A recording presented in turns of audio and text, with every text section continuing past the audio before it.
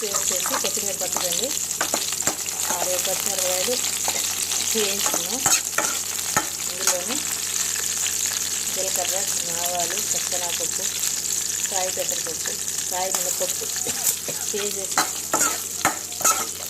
తిప్పుకుందాం. ఇది వేగిన తర్వాత కొంచెం జీలకర్ర కూడా వేసుకున్నాం.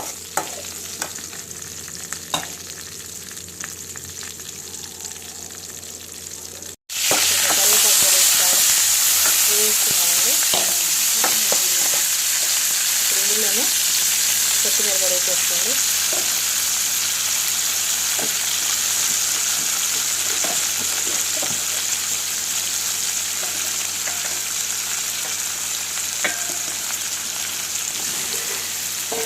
మొత్తం మంచిగా కలిసేటట్టు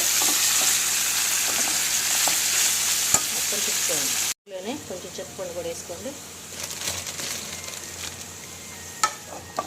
మొత్తం కలిసేటట్టు అది నూనెలో కొంచెం చింతపండు కూడా వేగనివ్వండి. ఒకసారి ఇట్లా మన నూనెలో కొత్తిమీర అంతా మగ్గిపోవాలండి. మగ్గిన తర్వాత మంచి సువాసన వస్తూ ఉంటుంది. అప్పుడు తీసేసుకుందాం. ఒకసారి మూత తీసి తిప్పుదామండి. మంచి వేగిపోయింది. దీన్ని చట్నీ చేసేసుకుందాం.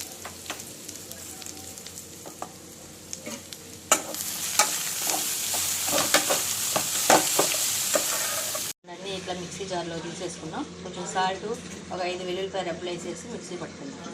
గుమగుమలాడే కొత్తిమీర చట్నీ రెడీ.